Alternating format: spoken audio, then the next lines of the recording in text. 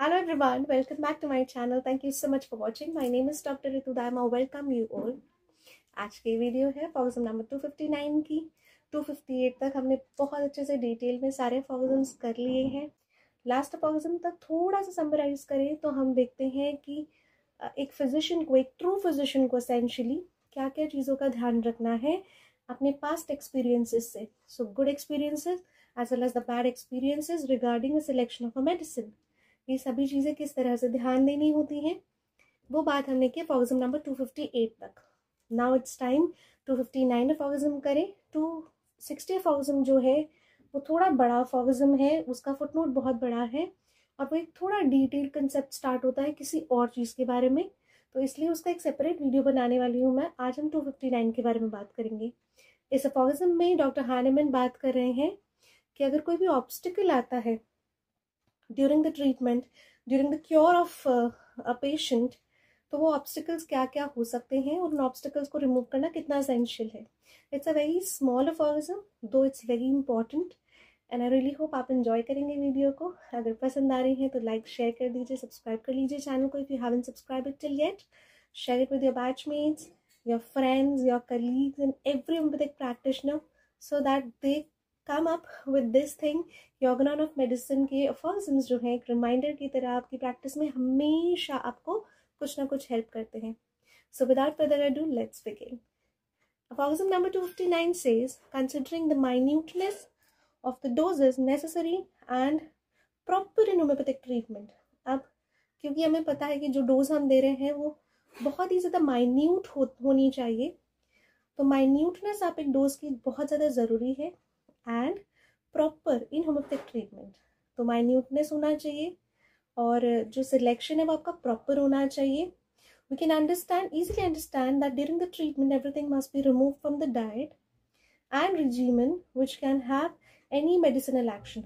तो ये चीज़ बहुत अच्छे से ध्यान में रखनी है कि कोई भी ऐसी चीज़ जिसका कोई मेडिसिनल एक्शन होता है, अगर वो व्यक्ति पेशेंट डाइट में ले रहे हैं, उनके लाइफस्टाइल में कोई ऐसी चीज़ है जिसका कोई मेडिसिनल एक्शन होता है, that means if it is a drug. तो अगर ऐसा कोई भी सब्सटेंस है या आप उसे कहें स्पेशली ड्रग सब्सटेंस है जो कि मेडिसिनल एक्शन है जिसका, अगर वो डाइट में रिजीमेन में है पेशेंट के, तो आपको उसे रिमूव करना बहुत ज़्यादा ज़रूरी है। इसीलिए केस टेकिंग का वो पॉइंट याद आ जाता है जहाँ पर आप पेशेंट से बहुत डिटेल केस टेकिंग करते हैं, जहाँ डाइट एंड रिजीमेन के बारे में बात करते हैं, पेशेंट के फिजिकल जनरल्स लेते हैं, so that you come to know कि पेशेंट क्या खा रहा है, क्या ले रहा है और उसका कोई मेडिसिनल एक्शन हो सकता है या नहीं। दैट इज़ वाई बहुत सारे लोगों को ये मिथ होता है कि होम्योपैथिक मेडिसिन जो हैं दे डोंट वर्क। अगर आप डाइट में ये ले रहे हैं, स्पेशली पिकल्स ले रहे हैं या आप अनियन ले रहे हैं, raw onion, so we can say that it affects. लेकिन ये आज मैं क्लियर कर देना चाहती हूँ कि ऐसा नहीं है कि अगर आप रॉ अनियन ले रहे हैं या फिर आप परफ्यूम्स अप्लाई कर रहे हैं या फिर आप कोई बहुत ज़्यादा स्मेली फ्रेग्रेंसेस के कांटेक्ट में आते हैं या आप अचार ले रहे हैं तो दवा काम नहीं करेगी। ऐसा नहीं होता। वी हैव एक्चुअली एक्सपेरिमेंटेड कि ये सब लेते हुए भी दवा काम करती है। बट एक यहाँ पर बहुत ज़्यादा इम्पॉर्टेंट नोट है कि अगर ये चीज़ डेली डेली हो रही है और एक्सेस में है, that means if the patient is taking raw onion, हर दोनों टाइम ले रहा है, रॉ अनियन रोज़ ले रहा है, और अगर वो कॉफ़ी टी बहुत ज़्यादा उनका इंटेक है इस चीज़ का, या फिर वो पिकल्स का इंटेक बहुत ज़्यादा है, तो डेफिनेटली अगर किसी चीज़ का एक्सेसिव इंटेक है तो वो आपके मेडिसिन के एक्शन को कम कर देता है, उसके एक्शन को स्लो कर देता है। तो इसलिए आप पेशेंट को बोलेंगे कि फ्रीक्वेंसी एंड इंटरवल्स को थोड़ा बढ़ा देंगे इन सब चीज़ों के, so that the medicine can act faster. But it is not like that कि अगर आपने ये लिया, आप during the course of the treatment आप बिल्कुल कच्चा प्याज नहीं खा सकते, आप लहसुन नहीं खा सकते, आप परफ्यूम्स नहीं अप्लाई कर सकते। नहीं, ऐसा नहीं है। आज के टाइम पे ये सभी चीज़ें अगर आप रिस्ट्रिक्शन की पहले बता देंगे ट्रीटमेंट के, तो patient will not come to you for any sort of treatment. कि आप पहले ही ऐसी ऐसी चीज़ उनको अपने रिजीमेन में से, उनके डाइट में से, उनके लाइफस्टाइल में से रिमूव करने को बता रहे हैं, which is a part and parcel of the living. तो ऐसी चीज़ों को आप रिमूव नहीं कर सकते हैं। डेफिनेटली अगर वो चीज़ एक्सेसिव हो रही है तो आप उसे कम करवाएंगे, पर स्टॉप नहीं करवाएंगे एट द फर्स्ट गो। तो यहाँ पर वही बात आ जाती है, अगर किसी भी चीज़ का मेडिसिनल एक्शन है तो डाइट में से उस चीज़ को हटाना बहुत ज़्यादा इंपॉर्टेंट है, in order that the small dose may not be overwhelmed and extinguished or disturbed by any foreign medicinal irritant। तो कोई भी फॉरेन मतलब बाहरी मेडिसिनल इरिटेंट, इरिटेंट क्या होता है, जो कोई इरिटेशन कॉज करे, तो कोई मेडिसिनल इरिटेंट अगर है तो वो स्मॉल डोज का 2 वर्ड इस्तेमाल किए गए हैं, overwhelmed and extinguish. That means hyper भी नहीं हो एक्शन, या फिर उसका एक्शन बिल्कुल खत्म भी नहीं हो। दोनों चीज हो सकती है कि आपने जो स्मॉल डोज दिया उसका एग्रीवेशन हो सकता है, या फिर उससे बहुत ज़्यादा सटल एक्शन हो सकता है कि आपको लगे कि वो एक्शन हुआ ही नहीं है।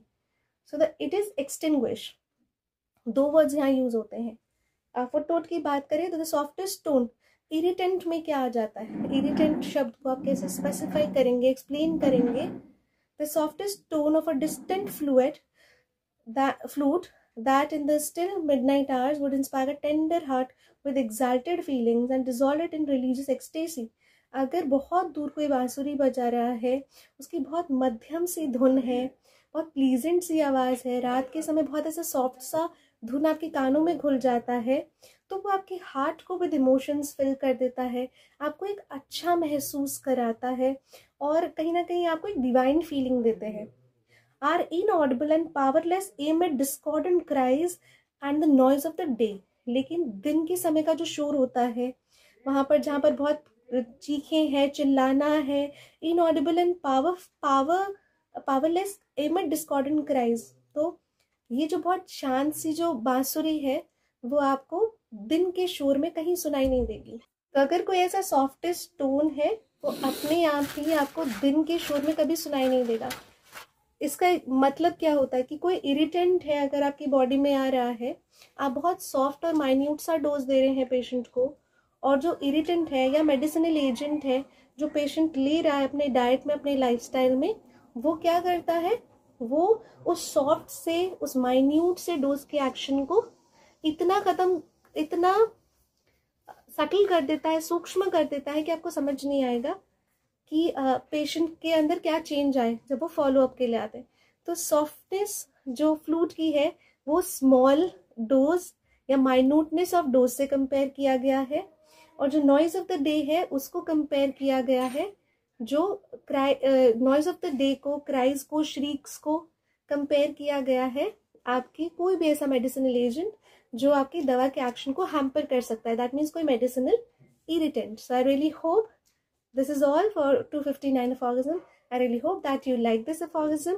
It is a very simple aphorism, though it is very important, क्योंकि कहीं ना कहीं ये बात आ जाती है कि आप अपने लाइफस्टाइल से ऐसी चीज़ों को रिमूव कैसे करेंगे। स्पेशली अगर आप प्रैक्टिशनर हैं, आप अपनी प्रैक्टिस स्टार्ट कर रहे हैं, क्लिनिक प्रैक्टिस स्टार्ट कर रहे हैं, तो आप in the very beginning patient को नहीं बोल सकते कि आप ये चीज़ें बंद कर दो लेना, दवा का असर नहीं होगा। क्योंकि अगर आपने फर्स्ट विजिट में पेशेंट को ये सब चीज़ें बोल दी तो डेफिनेटली वो इतने लंबे समय तक जो ट्रीटमेंट उनका चलना है वो नहीं लेने आने वाले। तो ये चीज़ को आपको ध्यान में रख के पेशेंट को कैसे कन्विंस करना है कि उनसे आप क्या चीज़ें बंद करा सकते हैं, कितना बंद करा सकते हैं, या फिर उन चीज़ों की फ्रिक्वेंसी को आप थोड़ा या इंटरवल को थोड़ा सा बढ़ा सकते हैं, जिससे क्या होगा, इंटरवल बढ़ा देने से पेशेंट को एक प्रेशर फील नहीं होगा कि पहले ही विजिट में डॉक्टर ने हमें अचार खाने को मना कर दिया, हमें कच्चा प्याज खाने को मना कर दिया, हमें लहसुन खाने को मना कर दिया। तो डेफिनेटली जो टाइम आपको लगने वाला है फॉर द ट्रीटमेंट, वो टाइम पेशेंट आपको अलाउ नहीं कर पाएगा और क्योर भी नहीं हो पाएगा। सो बहुत सेंसिबली और बहुत स्मार्टली आपको डील करना होता है जब आप पेशेंट से मिल रहे हैं फॉर द फर्स्ट विजिट, जहाँ पर कि आप डॉक्टर हानेमैन के रूल्स को भी फॉलो कर लेंगे। साथ ही साथ आज के मॉडर्न लाइफस्टाइल में जो भी चेंजेस आते हैं, मॉडर्न लाइफस्टाइल में पेशेंट क्या क्या चीज़ें छोड़ सकते हैं, क्या क्या चीज़ें ले सकते हैं, उसका भी ख्याल आपको साथ साथ में रखना है। So it's a mutual thing, जहाँ आप ओल्ड हानेमैनियन लॉज भी फॉलो कर रहे हैं और साथ ही साथ मॉडर्न प्रैक्टिस भी कर रहे हैं। So this is all. Please do like, share and subscribe, and do comment below how much you like the video. Thank you so much.